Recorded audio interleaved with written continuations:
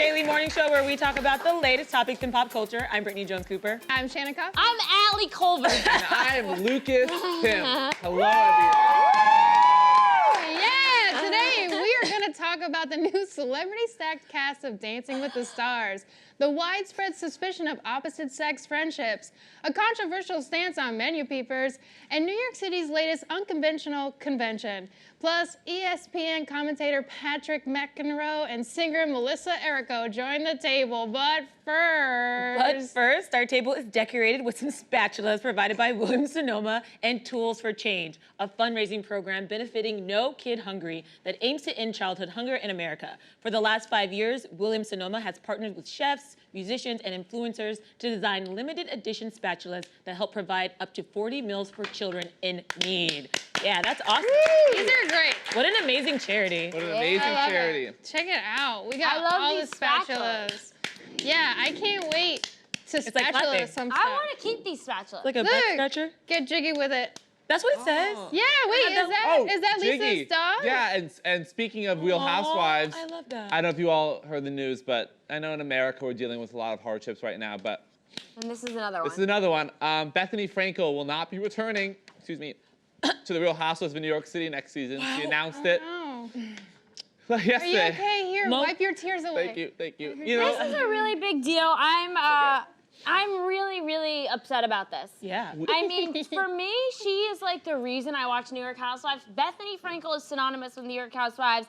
I will watch next season, but honestly, just to see how they abode without her. We've been here before, though, and she's not coming back, though. There's no hope. But we've been here before, and she left, and she's my favorite, and it's gonna be hard. As when I asked Luann and Sonia this couch, they did not like when I attributed her return to the success of the show, but her comeback was big. Yeah. And I'm anxious to see what they do. The reality of it is that she was the star of the show, and they are going to suffer without her there, regardless of what they think. But when you watch last season, she really did seem to be on edge. She was having a lot of outbursts. Obviously, we know behind the scenes, she's just had a lot of kind of horrible things happen to her in the last couple of years.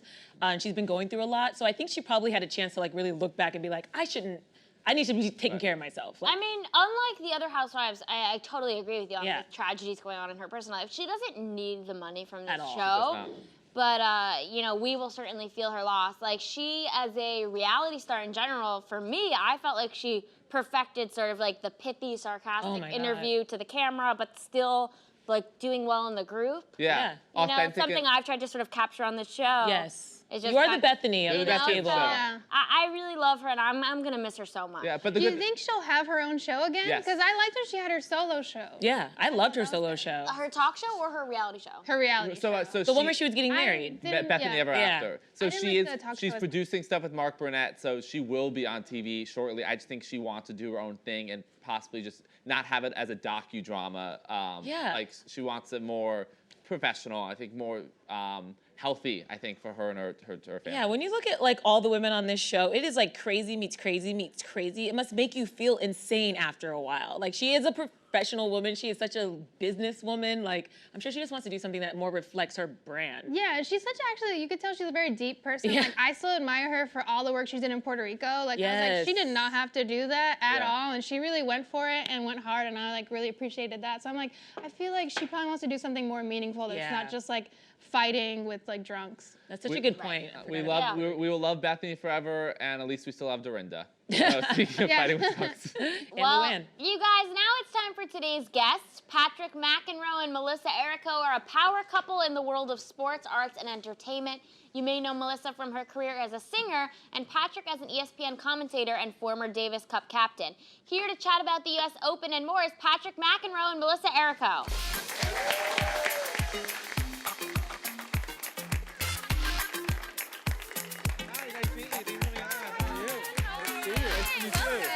Hello there. Hey, how are you? Nice to see you. Nice to meet you. Thanks for having us. Welcome, Hello, guys. ladies. Nice to see you. How you doing? Can't complain. Good. Can't complain. Nice. Thanks for joining us. It's good to be here. It's a nice, happening little scene you got here. Yes, it is. Our fans. Yeah. Your Would you like a fans. spatula? Absolutely. Oh, yeah. Please, We take might them have to home. take those. Melissa doesn't. Cook You know much. you cook. So, You can cook with them. Right. We're already the crazy mom and dad. That's our job. Are these to be chosen from? Yeah, you can take one. Okay. Well, we can talk while We while can you talk kind later. of Okay. Right. about that. Yeah. But tell us about the U.S. Open. What you're most excited for? Well, the U.S. Open has become a huge entertainment event in addition to a great tennis event. I mean, I grew up in Queens, so I used to go to the West Side Tennis Club in Forest Hills. It moved to Flushing Meadow. Now there's this incredible new roof over the center court. There's lots of outside courts as well. And, you know, the best players in the world all come. The difference for us this year at ESPN is we're actually covering the qualifying event, which is going on this week. So I go straight from here, go out, and we're on the air all day long covering the qualifying. The main draw of the U.S. Open starts on Monday. Right. And I'm curious, as a pro tennis player yourself, what it's like then kind of going to the other side and commenting on it. Are you ever like, I want to get in there? I never lose now. Right? You know? Unfortunately, I lost a lot when I had to play. So people ask me all the time, do you still play tennis? I said, yes, just not for money. Okay. Because if I did, I'd be broke. So a lot easier to commentate on tennis, a lot more fun. And you know how long you're going to be there. Because as a tennis player, when you book your plane tickets, you always have to have what we call an open return. Yeah. You never know when you're coming back. Right. But now I know I'll be there till the very last day commentating. Now, So- we've been married over 20 years, and I met him when I was 5. We all grew up in Long Island together, the two of us. But he used to literally like go to Hamburg or go to Rome or go anywhere, and or Australia, and I'd be like, okay, bye. It's a 2-week. He'd be back, a day later. No, not always. But I mean, it could happen. So you never know. Now I know. It's the whole time to the last bowl. Melissa was an amazing coach because she said to me one day I was practicing, she was watching. Oh my God, She was learning about tennis at that point. These She are the said, embarrassing stories. just hit the ball over the net within lines. the lines. Yeah. That sounds like Pretty it's good that advice. Easy. Keep it It's simple. that So easy, you guys, right? he would Yeah, play at the yeah. Australian Open when we were really young, and I had big hat. I had just starred in My Fair Lady on Broadway, and I was like, oh, this tennis player, his mother had set us up again. This is like an arranged marriage. and I was sitting in the stands at the Australian Open, big hat, like one of these type of dresses and stuff. It was my mom, and I kept cheering for him, and he was playing against a young I was unknown. getting my you-know-what kicked at the time. Carlos Moya. No one knew who he was at the time. And I was cheering because he won like a point, and he turned and goes, shh, like this. There were like, 20,000 people watching, or Right. whatever. None of them cheering for me at that point. No, but, you were doing well. I was doing okay. I cheering came for you at and the your end of his sister? career, but I was cheering for it because I was really getting beaten pretty soundly. Carlos Moya is now Rafael Nadal's coach. Right. But at the time, he was like the up-and-comer. I was coming back from a shoulder surgery, so I was not at my best.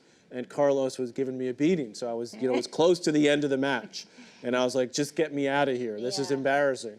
But she was a good wife. Actually, we weren't married yet at the time, but she's been with me we've been together ever since. So. Wow, Yeah. that's amazing. We have, Only men and women have these stories of, I shushed it, he shushed it, and I've been with him And ever we're since. still here, right? That's Exactly. really We're still here. romantic. And Melissa, you're performing the national anthem, right, at the U.S. Open? I've done that a lot. It's something I like so to this do. is old hat. Well, no, you never take the anthem for granted because it is such a bizarre song to sing. And you don't wanna You don't wanna mess that up. You never want to be like, wanna yeah, I got forget. this. Yeah. You know, Or maybe you do. You might make more news. I don't know. No bad press. Are you excited? When will you be performing it? I am excited to do it, but I don't remember when I'm Labor performing Day. it. It's Labor Day. Week from Monday. Yeah, Labor Day. Labor Day weekend's a big we call it the middle weekend of the U.S. Open. So it's a big, the final weekend of summer. The U.S. Open ends the following Sunday. So Labor Day. I always volunteer to do it because it kind of connects me and Pat and the things I like, singing and the tennis. But I remember when I first did it at the big stadium, I really tried, I'm a theater actress, so I really made it clear, and someone who screamed across, oh my God, you sang the anthem for the first time. I understood it. Because I was like, and the flag was still there. I'm trying to explain, there's a whole thing, the bombs, there's still a The flag. words count. Yeah, the actual, I like You were like, And obviously you mentioned that you are this amazing Broadway singer and you have this album, Sometimes Sublime, which has just gotten such great reception. So what does that feel like when people really receive the work that you're putting out there? Oh, thank you. This project, of all the things I've done, and since I started my career, this is one of the most heartfelt and loved and really clear projects. I really knew what I wanted to accomplish. I've worked with Stephen Sondheim and in his musicals 3 different times. They were the most exciting musicals I'd ever been in. But then to make an album of his music, I knew what I wanted to say. Sondheim is like a castle, imagine, and I just took you down one wing. Yeah. It's the sublime, it's the words of wisdom. So I'm very proud of it, and thank you. It's just like, that one really came from my heart, and it's funny how people can really tell when you really worked hard on something. And if people get it, nothing feels better. Like she didn't know a lot about tennis, okay, when we started. I didn't know, honestly, that much about theater, but one of the first things I did was we were driving to Washington, D.C., to the Kennedy Center, where she did Sunday in the Park with George, one of the famous Sondheim shows. They were performing lots of his musicals that summer at the Kennedy Center. So I started to learn about Sondheim and all that he meant to the musical theater, et cetera. But one thing I remember from that trip was pulling out inside the Kennedy Center, and a car parked, and the bumper sticker said, Sondheim or bust. Right.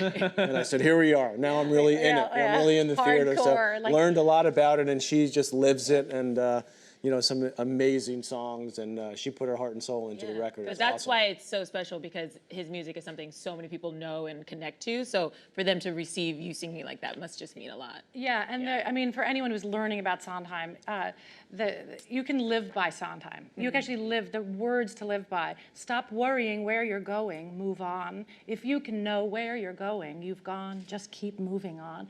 Those are lyrics. I mean, everything you need, really, I think, to live the big questions, the answers are there, I think. In Sondheim, yeah, now that we have three girls to take care of, we gotta live it. We're living it every day, baby. And you also are re-releasing Le Grand Affair. I am, actually. Yes. So what can fans expect from that album?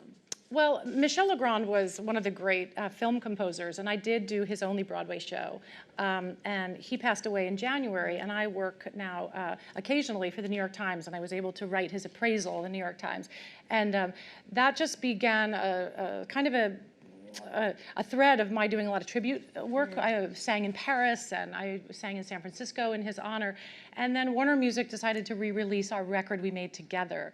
But the beautiful thing is that I have his last song that he ever wrote with the Bergmans, and I'm going to be doing some stuff with Russ Malone, one of the great jazz guitarists in America. So we're going to put the release is coming out, sort of the old stuff that we did symphonically, but also some new material as well. And believe it or not, when Michel Legrand first came here to work with Melissa, just a few blocks from here. We lived down the street here on Lafayette Street. It was our first apartment. We lived in the city before we had to make the move to the burbs, the dreaded burbs, which she still wants to kill me about. No. But Michel Legrand came to our apartment, played the piano. They made tapes and demos, and we were just re-listening to it in the last couple of weeks. It's amazing. It's phenomenal stuff. We're putting the demos out as well. Oh, so you're going to hear Michel saying, Melissa, my free, try these. This is the guy who won all these Oscars. Barbra Streisand's career is completely entangled with Michel Legrand.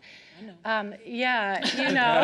Okay. So we have demos where he was teaching me the music, and you can hear his French voice, and you can hear him. So I'm releasing that intimate material as well, because what you'll see Michel Legrand, who freely went from pop music. You know, he wrote what people would say are additives to what's called the Great American Songbook. These are really standards. And he's one of the few modern composers that wrote things that will last forever.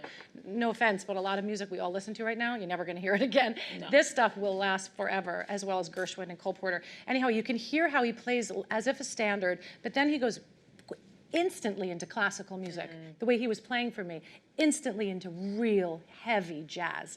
The man was so free. And my demos, because he didn't feel the pressure to make a recording, you see him go da-da-da-da, and then da-dum, ba-da-da, and suddenly jazz. So you're gonna hear him playing for me and talking to me, but moving quickly through genres. It's a genius that's unparalleled. Yeah. And he took us with him on his own plane. He had this small plane he used to fly himself in France. And he took us to Spain, where he had this summer place after they did their record. And literally, we were flying over the Pyrenees, just him, and he was like, he flew us He was probably early 70s at the time, so I was like, I think we're safe, yeah. And he used to yell at me in the afternoon, Patrick, we must get the fish. We must go get the fish. So we would drive, get in his car in a small town in Spain. So we had to go right then to get the fish. And he was a pretty darn good tennis player too, Michel Legrand. I played tennis with him. He was an amazing guy, incredible man. Yeah. Can you guys do your others' respective careers? Like, can you sing? Can you play tennis, or you just keep it separate? We just played tennis the other day. We were on vacation. Yeah. I know. I did it a lot more when we were dating. I think her tennis is a little better than my singing. Okay. Okay. Yeah, her tennis is, I like to sing, but I try to do it privately. Okay, cool. And you mentioned you've known each other almost your whole entire lives. So how did you actually meet? Like well, we went to grade school together, and actually her older brother was my best friend all through grade school out in Long Island. And so we knew each other all through those years of going from, kindergarten, first grade through 8th grade. And then I left that school, went to school, another high school in the city. But our parents actually stayed really good friends, and her brother and I sort of stayed connected through high school. And then when I came back actually from playing tennis, I had hurt my shoulder, so I had to have surgery. I was out of playing for a while. And I said, I got to find some things to do here in New York. I lived uptown. And lo and behold, I found her brother's postcard, because he's a singer-songwriter. Went downtown to go see him play. My mother had been saying to me for years, you've got to see Melissa, she's gorgeous. We see her in all her shows, and I knew nothing about Broadway, as I told you. Lo and behold, there she was at her brother's gig downtown. That was it. We were done. The rest was history. We were done. We went to the corner 20-something years ago. Yeah, we went to the corner bistro that night, and we were out all night. I mean, we were out really late. You can get a hamburger there at 2 in the morning, easy, probably still, right? Yeah, we were done. Good burger, too. Yeah. That's really good. I love that. That's so cute. So here we are. And Melissa, you write for the New York Times. That's so cool. So could you tell us any of your upcoming pieces? I do have one coming up. I think I can tell you what it's about. Yeah, who cares? I'll tell you what it's about. Let's do it. Let's get in trouble. It's on. I think I can do that. I can do that. Yeah, you can do it. I have been working since March on my first sort of more journalistic. It's not so much the essays I've been writing have been about what it's like to be an actress for 20, 30 years in show business. The first one I did was about aging, to which my manager promptly said, please don't put your age in the paper. And I was like, but that's the whole point, but okay. It ended up being, by the way, the title, my age, because you don't do your own titles in the New York Times, and they called me, they're like, by the way, we've been running, anyway, they broke the news to me, and I said, that's fine, but, so I began doing these essays that were like about, from my personal experience on certain topics, but this one is not my opinion. It's my first time being a journalist, and I went out since March, I've been interviewing the business about auditions and the way auditions have changed and the role of technology in our auditions and self-taping. Because now we're not auditioning for people. It used to be, look, in my era, we would see the people who didn't like us or who liked us. We could see the positivity. We could see we weren't nailing it. We could see what their dream world was, that we were in. Now we don't know what we're doing. We don't have the script. We don't know the character. We self-tape in our house. We have to be good cinematographers. We have to know how to do all this and all this hair and makeup business that nobody used to do. I have my hair done today. I never used to do this. I'd come in an interview, look like whatever. I did it myself, Now everything has to be just so. Same with auditions. So you have to have perfect lighting, do it yourself, and then send it to a fleet of people that are anonymous. You don't know who they are, don't like you, or you don't get it. They say you're not right for the part. Who said I'm not right for the part? We're going in another direction. I'm not right for the part says who? I never met these people. Sorry, I miss you. I don't. So anyway, I wrote about that, but by asking other people their opinions and their experiences. I asked a lot of actors how they feel about this new world, where we're auditioning without meeting people, where all of us are doing everything by technology. And how are we being artists if we're always branding ourselves and having to be experts at other things like cinematography, branding, lighting, stylists, colors, be a stylist. I'm an actor. Can the rest be someone else's job? That's my opinion, but not everyone. Some people like it. Some people like it. They think it's snappy. Yeah, I know. I think self-tapes are some of the worst things you have to do as an actor, because you don't get any feedback and you're in a room alone and you're like, should I try this differently? Like you make a choice and there's no director to be like, but I was thinking about this. Yeah, and then you go, oh, I see, and then you adjust, and then in minutes you may be on on a success track. The interesting thing I think about this piece is that a lot of the people she spoke to are in the business, the actors, some of them love it, some of them felt it was really freeing for them, some of them, like you said, hate it because they don't get that in the room with other people. So, gonna be a big piece. I'm looking forward to it. Yeah, I can't wait to read it. I hope I didn't just give it away. No. It's called a tease. But okay, that's a tease. Patch, Melissa, thank you And guys it's so much for September being here. 1st. Thank you for having us. September 1st. I'll take the avocados, okay? Yes, me too. Okay, see? There we go. Everyone, make sure to check out Patrick's commentary on ESPN and Melissa's re-release of The Gras Affair out this fall. The new cast of Dancing with the Stars Season 28 has been revealed. Those who will take over the ballroom include The Bachelorette's Hannah Brown, Queer Eye's Karamo, NBA player Lamar Odom, and President Donald Trump's former press secretary, Sean Spicer. Take a look. Karamo Brown from Queer Eye.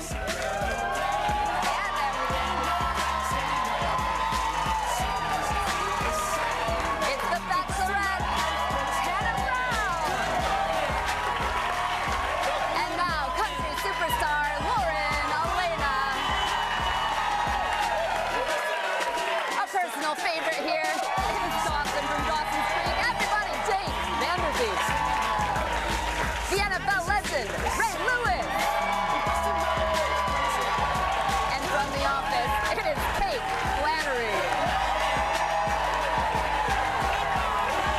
She is a pop sensation, a friend of the show, Miss Allie Brooks. And are you ready for NBA royalty? Yeah, that's Lamar Odom. All of us remembering Keenan and Kel and all that, it's Kel Mitchell.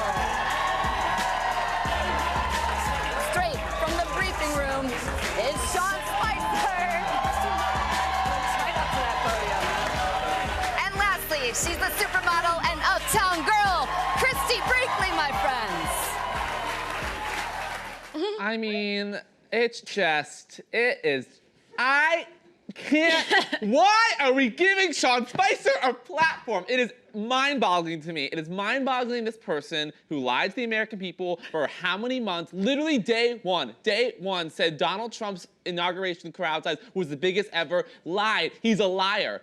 I'm so pissed. It's so annoying. We just let him go away. Let him go away. Let him go away.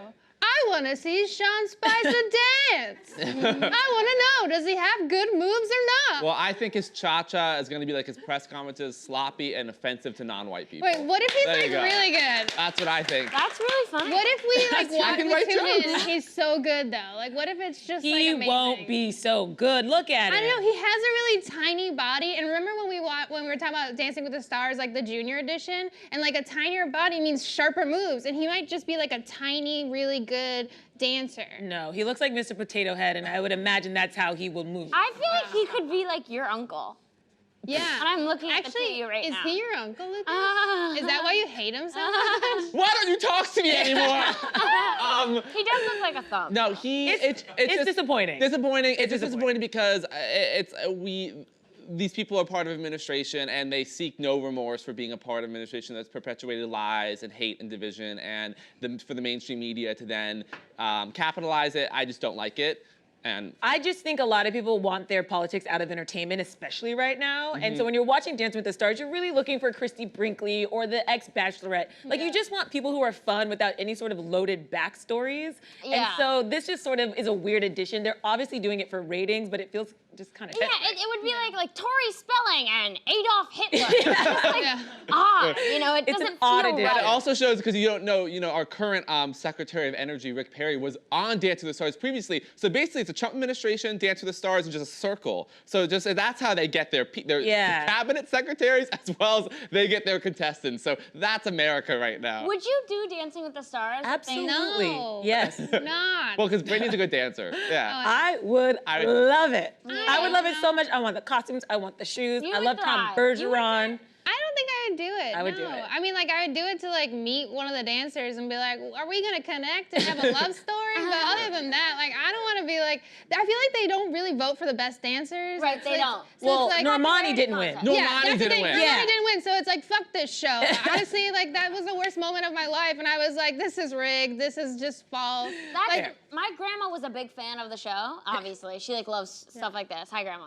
And she was saying how she stopped watching it because it's just popularity contest. It And is. it makes me happy that like even like a 70-year-old in Florida sees through the Right. bullshit. Yeah. You know, like Who else think Cuomo's gonna be good? I think Karamo can I think dance. he's a good You dancer. see him dance Yeah. on his Good. show all the time. He could I'm be someone that excited to- actually goes far. I'm excited to see James Vanderbeek. Oh. I think he's gonna be fun to watch. Like, I don't know, I still always think about him as Dawson's Creek course. and like that crying meme, so I think that's gonna be really great. Yeah. Also, having Hannah Brown is just funny. She's, as we saw in Yeah. The Bachelorette, she has these really funny confessionals. I'm sure, like, she's a good person, but I think it's funny to watch her like have hard moments. I know gets very intense, and she's gonna be like, "So I had sex in a windmill. So what?" I'm like, Hannah, no one's brought that up. Right. You know? Although she could do a good piece where she dressed like a windmill and like does some like kind there of you like go. costume dance, that'd be amazing. idea. Or do you think she'll like play on the whole that Tyler's dating Gigi? Like, do you think they can incorporate some weird like I'm sure love they will. triangle into a story? I mean, there's layers there. She's really trying to keep the publicity train moving with this. Going from one to the other sounds like kind of a nightmare. Well, they usually do that. A lot of the bachelors, Right, bachelorettes go to Dancing with the Stars. It's a pretty common jump. Wow. I mean, she's 'Cause they- about to fade away pretty soon, Yeah. so she needs to cash in quick because we're not gonna be talking about her in 7 months. Yeah, for her, I think this is like an expected career move. Someone's Yes. like, "Wow, this is sad." I mean, a little let's bit. talk Some about people. Lamar Odom. Oh. Lamar Odom is in desperate need of a rebrand. Yeah. Yeah. I'm excited to watch him. He's like my favorite former crackhead. Like, I Me think he's too. so charming. You are And, like, so right, though. Like, I love him. Like, I think he's so lovable. And even when like the news came out, they were like, they found him covered in prostitutes and crack. I was like, he's still a good guy, though. Yeah, there's something really good about him, despite the videos I've seen of him, like an inch away from an overdose, rapping about how he cheated on Chloe. Yeah. He's like, Chloe's out the house.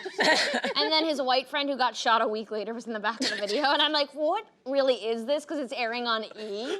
Yeah. Well, you know, it's And like, all of America's like live tweeting it. It's like, this isn't normal. I know it's weird. It's weird because the people are like, why are you like laughing at this like it's content? Because it's like because they fucking streamed it like it's content. Like Yeah. he's like, look at this cool vid, and you're like, that's someone about to overdose. Why are you showing us? Totally. And you know, you see Chloe on the Kardashians, she's like, I'm getting a call from an unknown number, and they're like, is it Lam? And she's like, it's one of his burner phones. I guess he's at one of these crack dens. Yeah. And it's like next week on Keeping Up, and it's Kim like, is Lamar alive? I'm like, what's going on? Remember here? that episode where Kim was like, he needs to go to the dentist. I can smell the I decay in was his just mouth. about to bring that up. I always I think about that all the time when I have bad breath. Oh my God, was I just about to bring that up? I'll never forget this episode. It's so bizarre. Kim Kardashian smelled his teeth rotting out, and she was like, you have to go to a dentist. Like she couldn't talk to him. Every time he was talking to her, and she'd be like, Oh my God. he had like, I guess he had never been to a dentist.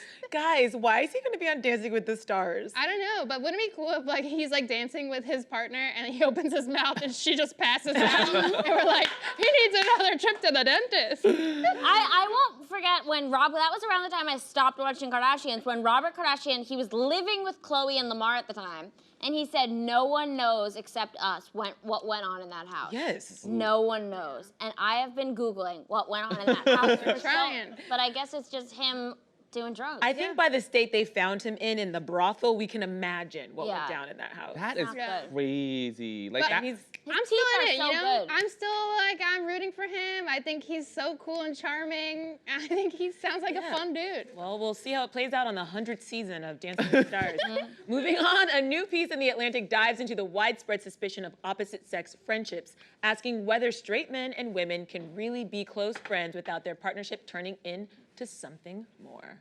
Ooh, what do It's you not guys? about you. Not about you, Ally. What do you guys think? Do you guys have friends of the opposite sex that you can be platonic with? Yeah. I feel like I grew up with so many friends of the opposite sex and it was fine. And I've never dated a friend. So I don't know, for me it's very obvious when I meet someone like, you are a friend, you are not friend.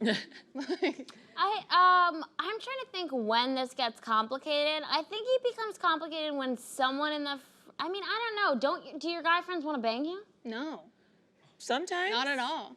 Well, you, No, yeah. but I think, so it's hard because like, I think you're attracted to attractive people, right? Like you like to be in their company. And so like maybe your friend, you're on some level attracted to them. And for me with men, there's always this line of like, I have a crush on him, maybe it's at a different time than he has a crush on me, but that you can always kind of feel that tension. I think it goes back and forth. And to me, I think men and women can be friends, but I almost think they have to like, have like a drunk night together once, or like something has to happen first, and then you decide like, okay, that's not what we're gonna do, we're just gonna be friends. Right. Yeah, that makes sense. I guess this is confusing for me because, and I might say this wrong, but when you're super close with someone, I kind of agree with you that like, you kind of are attracted to them. And it's like, if you're spending all this time with them, just bone? Just Right. try it. Just try it? And then if it doesn't work out, then you're like, cool, friend zone, that's so easy. And I then guess. And then one of my aunts has she's in her 60s, she has a best friend. They always hang out together and like have sleepovers and stuff. And I'm like, okay, at this point, are you not gonna like fuck? I don't get it. Right. Or maybe they have and they just haven't told you. I think that's what it is. Yeah. I don't know what I'm saying. No, I think I see both of you guys saying. I agree with Shannon. I think I've had friends when I was younger growing up, girls that just were friends because I think I knew them since early childhood, which maybe factored into the fact that we never saw each other in a sexual way. But reading this, it does seem a lot of it comes from the jealousy of your romantic partner, That's which we maybe all have experience with. So I get that, because that gets kind of hard if you're a straight person dating. If I'm dating a woman and I'm friends with another woman, I can see that it gets complicated. See, isn't that funny though that it's never the problem that you two have? It's the problem of that psycho you're dating. Yeah. There's always some psycho going, stop texting, whatever, and it's like, shut the fuck Because up. they don't know the root of the friendships. Maybe they distrust that, like, They don't know the root that I want to fuck them, but I can't. You don't know our history. I've been trying to fuck her for 20 years. It won't happen. You met her when you were 5. I met her when I was 5. I said, shh. Yeah, and I think it's different with Last dance. Last dance. I think it varies with same-sex friendships. I guess this is the equivalent of it, but it just depends on. I think with Brittany has a good point. Like you maybe bang it out once and see if the friendship. Bang it out once. I don't think Brittany used those with that. I definitely did not, What'd but you I say? agree with your sentiment. You get what I'm saying. Remember when you were like, just jam the privates together and say, is this a friendship? Is this a friendship? And you're like, are we friends? Are we friends? And they're like, no, stop! I hate you. I like to do the Brittany method. I just bang it out once. How does my cum feel in you? Is it friendly cum or daddy cum? Those are only 2 options, you guys. Sponsor us! Daddy. Sponsor me! Sponsor me, daddy! Listen, make sure you pick up these spatulas, okay, guys? These spatulas, good for every occasion. They're amazing. For baking. For baking. No, baking, breaking up with someone, throw a quick spatula and be like, it's done! And they'll be like, we get it. It's done. You listen, you never know what you're gonna like until you do it. Exactly. That is what Mike Pence said after he took it in the ass. That's true. He tried twice. You know, I don't know. Maybe I'm broken on the inside, but I just like never think of people. I never think of humans in a sexual way anymore. You know, like friends, and I'm just not interested in having sex with any of you. Like none of you. Offensive. Go home to your crystal. That's so offensive. How is that offensive? She's been trying to get with you for a year, For Brittany. 14 months. She also doesn't want to have sex with you guys. You're not offended? Well, she never. When somebody tells me they don't want to have sex with me, I'm You guys offended. want to have sex with me? Do you want to have sex with me? I tried to have sex with all of you that night. It's been Allie did try to have sex with all of us. She did. There's a picture of her trying to make out with me. Yes. And she was like, you know. I was into it. But the way she said it was a turnoff because she told me, she was like, you know, I'm not like, it's not really about like physical for me. Like, it doesn't matter if you're ugly. Like, it's about the connection. I was like, that's not going to get me wet. You know, like, don't talk about how ugly I am before you're like, This is fact, guys. yeah, This is fact. 100%. Don't listen to Also, Allie. can we This call out, happened. you guys actually did have sex. What the hell? What the hell? This is 100% false. 100% false in the same way Yeah, that that part's preschooler was false. the reincarnation of that actor. 100%. How dare you? How dare you bring up that preschooler? He is definitely a reincarnate of that actor, okay? And Princess Di lives in the body of a little boy right now. Agreed. And Hillary killed Princess Di. Hey, Hillary Clinton is a murderer. stop it. She isn't. She isn't. She isn't. No, she would never do that. She I'm would sorry, never. Lucas. No, it's okay. I forgive you. Pretty odd how close Bill and Jeffrey Epstein were. It is. What is happening right now? It's odd. It's odd. You know don't what? have to sit here and pretend it's not odd. It's very It odd. is weird, yeah. Do you think they were just friends, or were they like, meh? Oh, did you see the picture he had in his house of Bill in a dress with Oh, cigars? Yeah. Wait, Weird. what? Jeffrey Epstein in his house had a picture of Bill Clinton in a dress, in a chair, a painting. He commissioned the painting. Someone painted that. Do not know if Bill Clinton knew about it, but as if poor Hillary Clinton has not been through enough. It's that not she didn't see about that her. picture. It's not about her. Thank you guys. It's about it really the children. makes you think. That really makes Honestly, me think think. about it. Thinking Yeah, about a lot I of don't. stuff I right don't now. stand for Bill Clinton, so whatever. Oh, okay. Oh. You know, I think that conversation just proved that we all want to actually have sex. So with everyone. Yeah. You. Oh, they clapped. They clapped. they clap. Especially the back row, the people who actually. They're like, yeah. We've been waiting We'll for see the this back show to row get after the show. canceled. Thanks, guys. Thank you to the fans. A new Cosmo article explains what it means to be a menu peeper and how it can affect your relationship when a significant other chooses to look up the restaurant menu before dining. What's the problem with this? I don't get the problem. I don't know. Like, I think, you know, what happens is, like, Cosmopolitan's hiring people, and they're like, I gotta have a job, and they're like, 1,200 words, and they're like, what's a problem I can make up about my life? Oh, my boyfriend looks up menus. You know, like, I'm just like, if you need a job, hit up Cosmo, because apparently they're hiring everybody. It's so wild. I'm like, how is Cosmo still a thing? I don't know. I'm going to Cosmo. I'm gonna Crazy. submit Yeah, some stuff. you're right. Cosmo articles are such BS. It's like, men like it when you eat an apple. What are experts weigh in? I'm like, what is this? I can't believe it's still not. Because why? She says like it ruins the fun of looking at a menu, which is like what? I would go if I didn't go to a restaurant. I kind of get it. I get that. But I get the conversation about food. Like, oh, I heard this is good. This is good. But I think I still have that when we go to dinner. But here's the thing. I know I'm a menu peeper for sure. You are a huge menu peeper. I'm a menu and peeper. a Yelp reader. You're my favorite menu peeper. But the thing that I do is I don't go into it being like, I'm locking in, I'm definitely ordering this, this, and this. I'm more like, okay, these are the best things to order. I've read some reviews. It's less like I know what I'm getting. True. Yeah.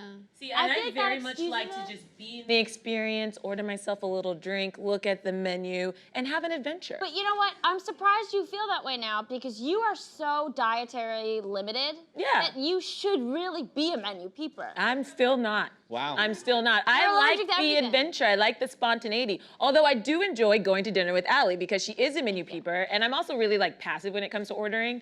So when she's like, I know, I'm like, take it away. And then she just orders everything, and it tastes great. I think it depends on the experience you want as well. Like, What? Tell me. well, if you're going to, let's say if you're meeting someone the first time, maybe you don't want a menu peep, maybe you want to kind of have that time to look over menus and kind of like talk about stuff. And like, do you want to share Maybe you calamari? Like a little flirtation? Maybe you want a more efficient meal with someone you do menu peep. Maybe if you're just abroad in Florence, you don't want a menu Oh, but peep. you You're don't just gonna menu walk peep in. when you're abroad. Exactly, you just walk right in. So that's when you just enjoy the 5-hour-long meal. 5 hours of you? Oh. Check, please. Oh my God. We are falling apart, you guys. You're cradling a spatula. We are falling This is apart. my baby. No, I think it really annoys me when I go to dinner with someone and they're like talking nonstop and I'm like getting the menu and I'm like trying to read it. Like, does anybody else have the problem where you get a menu and you're like, you gotta stop down? Yes. And you're like, Stop that. Well, Oh, there's a spatula in there. She's I didn't cradling see it. this is my baby. Oh, I'm so sorry. I don't know. I'm a prop comic. You know, you give me a prop, I gotta use it.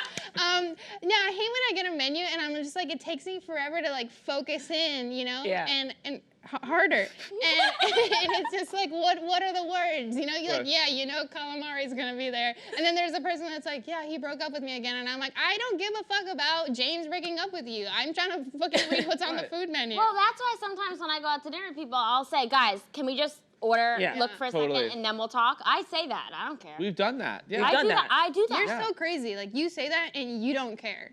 Oh, I'm You're sorry. I thought crazy. you were on the same page as me. Yeah. Yeah. I don't know. Is there anything else we should say? No. Well, you guys, New York City played host to ButtCon last night, a convention dedicated to everyone's greatest asset. Ooh. The event featured talks, panels, and workshops led by an impressive slate of butt experts. Wow, Lucas, were you there? I was there. I actually had a whole panel of just about my You ass. had a whole panel. panel. Everyone learned a lot. Was it just like a big old gape? That's the. It was a lot of fun. Oh my God. That's the tampon size Lucas would get. Big Do you have any gaping?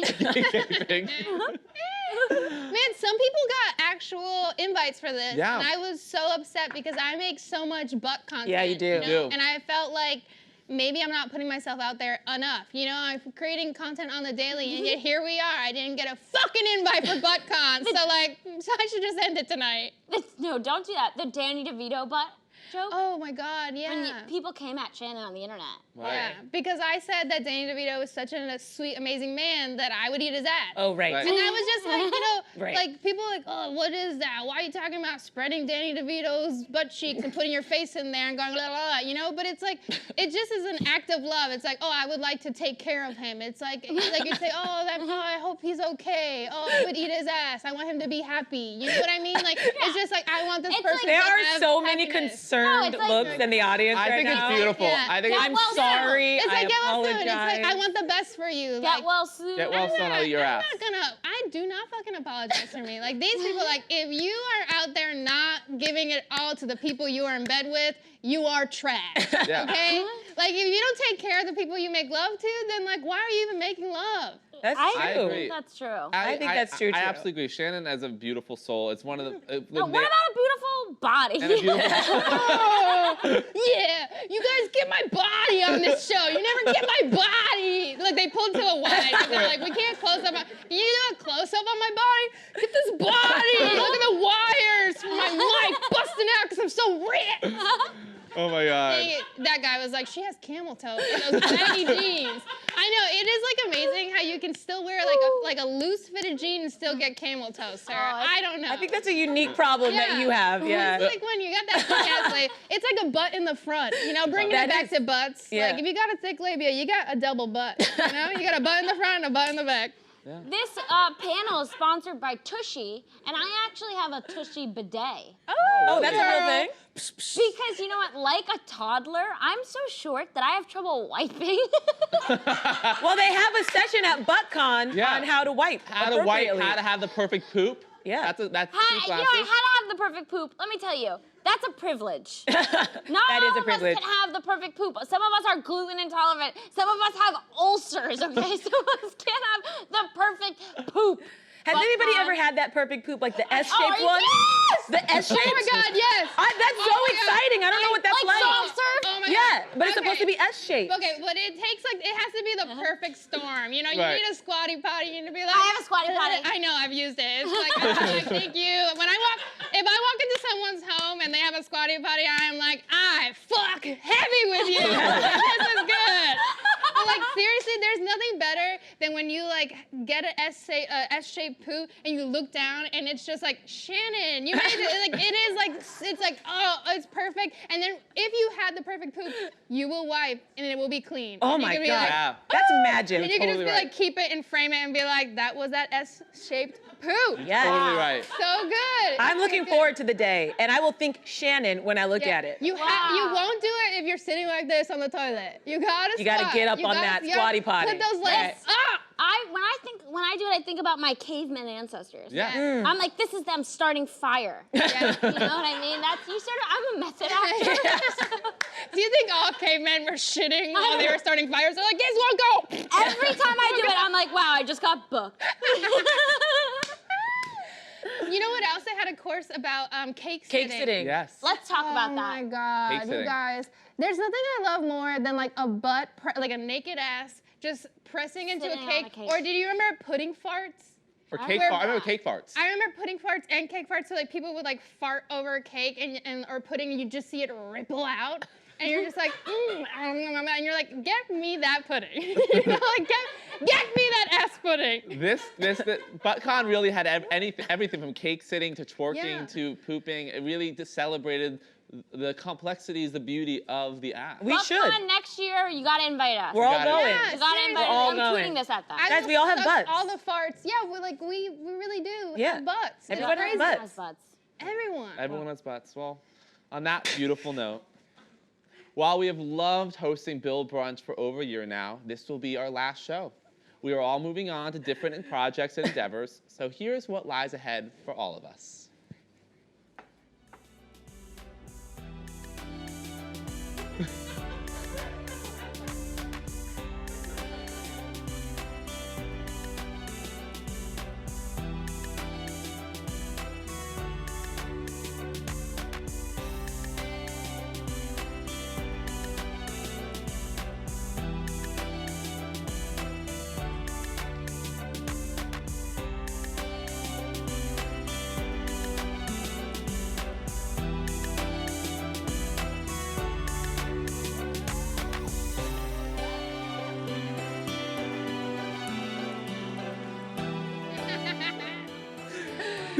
Well, I love you all so much. You can follow us all on social media to keep in touch. Thank you all for watching and welcoming us into your lives.